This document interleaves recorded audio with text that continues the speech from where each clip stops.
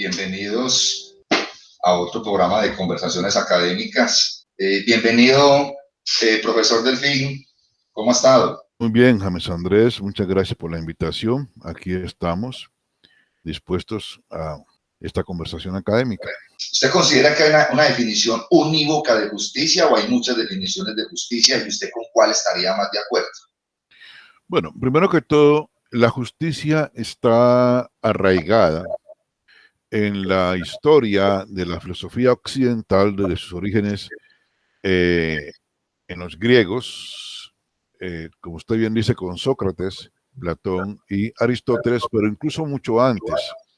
Algunos han querido remontar esto a la tragedia griega, a los presocráticos, incluso al pensamiento médico jónico, ¿no? Y a la mitología griega.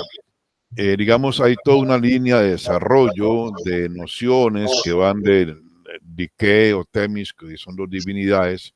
Bueno, pero para el periodo clásico, ya siglo IV, siglo III, pues claro, digamos, una reflexión más organizada, con nociones más claras, arranca en estos siglos con la búsqueda de Sócrates y con la obra de Platón, básicamente la república, la política o el político o las leyes, incluso Crítono del deber. Bueno, hay varios textos de Platón donde la justicia es el tópico esencial. Por lo tanto, yo creo que con Platón tenemos, porque no tenemos con Sócrates una producción escrita, con Platón sí la tenemos, una reflexión sobre la justicia, pero con Aristóteles hay un cambio fundamental, dos cambios fundamentales. En primer lugar, por supuesto, como usted bien dice, prima todavía un poco ese sello socrático de, como usted bien plantea, buscar la esencia de la definición, la noción de justicia misma. Mientras que en el caso de Aristóteles nos encontramos con un estudio un poco más empírico, si podemos decirlo de esa manera. Es decir, Aristóteles no solamente se empeña en definir qué es justicia, sino que se empeña en una interrogación al lenguaje moral que los griegos han desarrollado en todos esos siglos. Es decir, ¿qué es lo que está implícito cuando alguien le hace a alguien un reclamo e introduce el valor de justicia o le dice que allí hay una injusticia? Primero, hay un estudio, como es usual en Aristóteles, de la evolución y la decantación de categorías en el lenguaje griego, que ya para entonces tiene ya una historia de 500, 700 años de evolución. Lo segundo es que es un estudio también, recordemos que Aristóteles es, ante todo, entre muchas otras cosas, así como un clasificador de vegetales y de minerales y de animales, de piedras y de muchas cosas, es también quizás el primer estudioso de constitucionalismo, el primer comparador de constituciones y estudio de la institucionalidad de diferentes polis griegas. Y por lo tanto, en su estudio, sobre todo en la ética nicomaquea, sobre la justicia, así como usted bien dijo ahora en la política, él clasifica los regímenes políticos y trata de responderse la pregunta por el mejor régimen político y por las formas como cada régimen político se degenera, en la ética nicomaquea, al tiempo que emprende una investigación sobre lo que concretamente involucra los términos justicia o injusticia, equidad o igualdad y otros términos similares que están ya en el lenguaje moral de los griegos. También estudia las prácticas judiciales, las prácticas institucionales, o sea, clasifica cómo es que las autoridades, hablamos del siglo III antes de Cristo, en el mundo griego aún no existe el derecho romano, pero cómo es que en el mundo jurídico, o lo que equivaldría, si podemos usar el anacronismo, lo que equivaldría en el mundo griego al derecho, cómo es que se tramitan los pleitos legales entre particulares en relación con los daños, los delitos y las reclamaciones.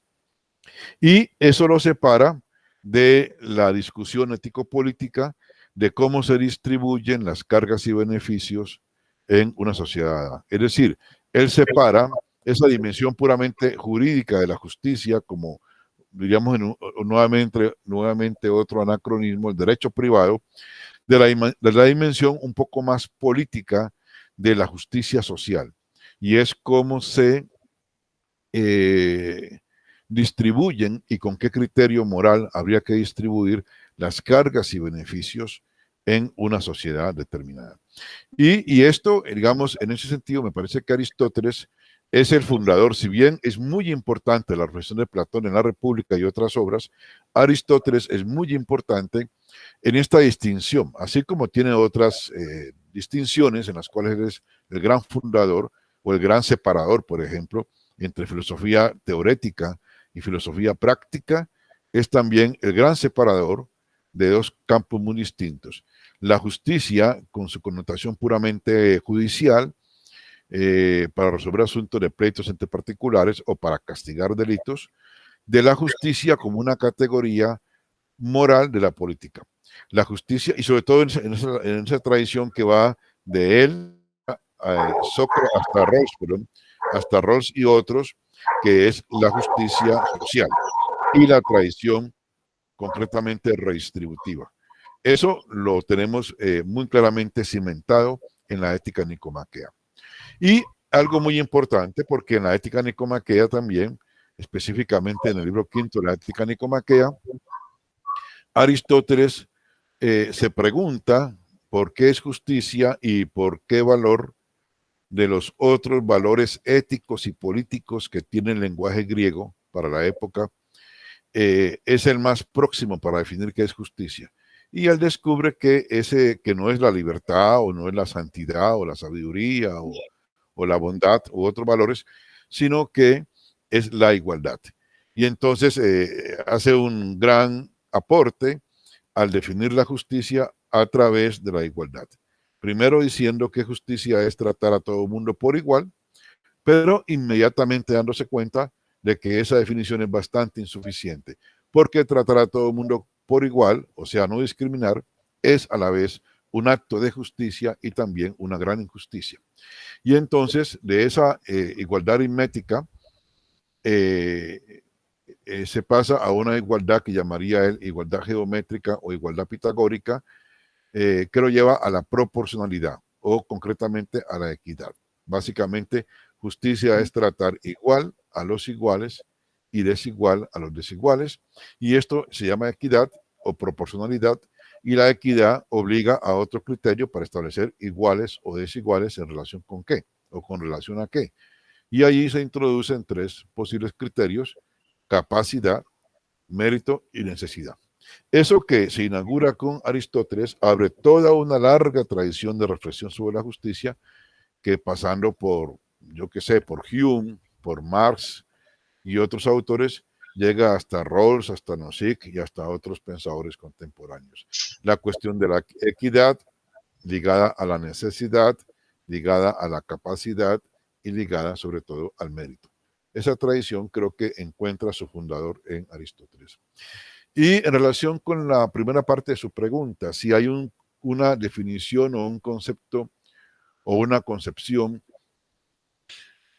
unívoca, universal de la justicia, la respuesta es no. Y aquí yo, ya eso lo decía Aristóteles y lo repite Rawls, hay múltiples concepciones de justicia.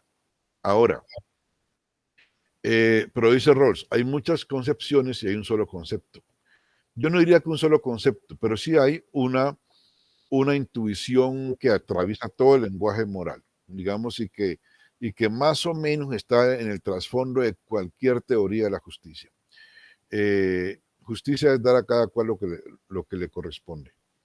De hecho, hay un tratadista, el padre del derecho del positivismo, del positivismo jurídico, Hans Kelsen, dice, bueno, yo estudié qué es lo que es la justicia para los filósofos, me fui a Grecia y traté de entender qué era la justicia para los griegos, entendí que nadie tenía eso claro, pero por lo menos hay una intuición que todo el mundo tenía en Grecia claro.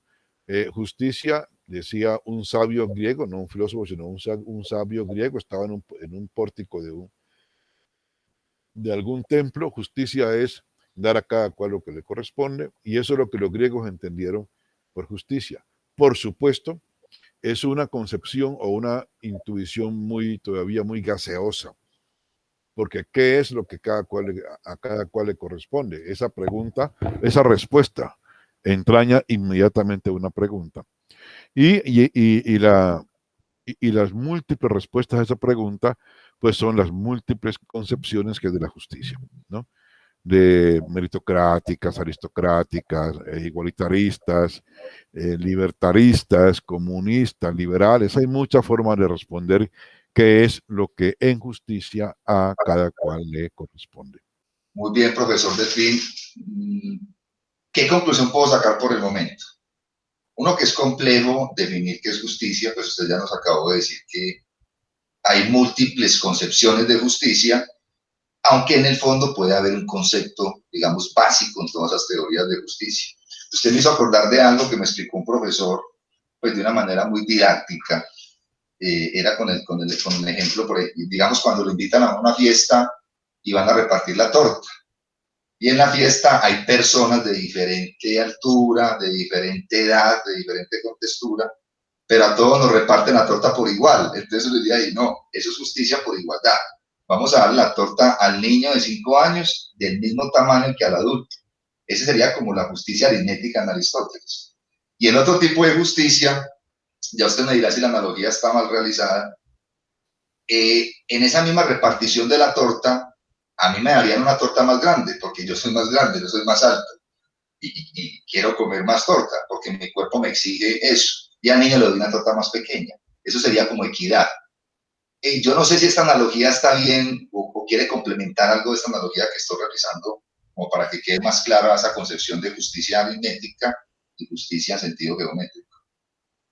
Sí, no, está claro. Es decir, la idea de tratar igual a los iguales y desigual a los desiguales se puede graficar con ideas que tenemos en nuestro lenguaje común, casi cuando decimos, por ejemplo, a trabajo igual, pago igual, a trabajo desigual, pago desigual. Tú no le puedes pagar a alguien que trabajó 5 días a la semana igual que le pagas al que trabajó un día a la semana. Es un poco, es decir, en ese caso se estaría ponderando el tiempo de trabajo para tasar cuánto es el salario, ¿no? Igual también cuando se premia a un estudiante o a varios estudiantes, se mira el esfuerzo, la dedicación y se premia con la nota o se castiga con la nota. Digamos, la proporcionalidad, es decir, cuando hablamos de ser justos o obrar con equidad, nos están pidiendo que encontremos un criterio para decidir por qué tratamos de manera desigual a diferentes individuos frente a los cuales estamos obligados a comportarnos justamente. Debemos de encontrar un criterio moral válido para poder decir, yo los trato en principio igual y luego discrimino y doy un premio o un castigo desigual, ¿no?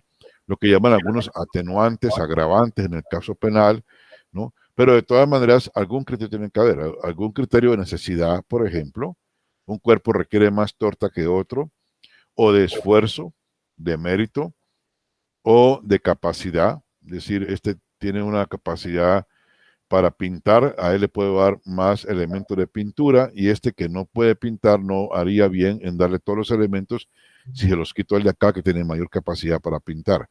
No sería justo darle los mismos recursos de pintura a dos personas, una de las cuales no sabe pintar y no lo quiere hacer y no le interesa hacerlo y darle a otro que está urgiendo o que está urgido de esos elementos igual cantidad o ninguna. De alguna forma yo debo poder justificar de una manera clara y moralmente válida por qué discrimino entre iguales, o sea, por qué desigualo a los iguales para obrar con equidad. Usted me hizo acordar un poco de Aristóteles, que pone ejemplos muy cotidianos. Cuando ponía el ejemplo, creo que era de la flauta. Es decir, Así es. ¿a quién le entrego la flauta yo? No se la voy a entregar al albañil, ni se la voy a entregar al panadero. No, la flauta se la entrego al flautista. Correcto, así es. ¿Y a cuál flautista? Al mejor flautista. Correcto. Debe haber un criterio, porque si yo trato a todo el mundo por igual, digamos en el rasero, de no discriminar, que es el punto de partida de la justicia, pero quedarse en esa primera exigencia, no discriminar, nos quedamos en una fase que indudablemente es, por una parte justa, no discriminamos, y por otra parte injusta, no discriminamos. Requerimos un criterio moral para discriminar. La equidad exige eso. La equidad comporta una proporcionalidad, ¿no? Tanto en los premios como en los castigos, tanto en las oportunidades como en las retribuciones, tanto en la exigencia de cargas como en la retribución de beneficios. Eso es básicamente el punto. Profesor Delfín Grueso, yo le agradezco mucho usted haberme aceptado la invitación acá a mi programa Conversaciones Académicas. Para mí fue un gusto haberlo tenido acá en el programa. Con mucho gusto. Con mucho gusto, profesor James Andrés Pérez Montoya, muy amable por la invitación y un saludo a su audiencia. Muy amable.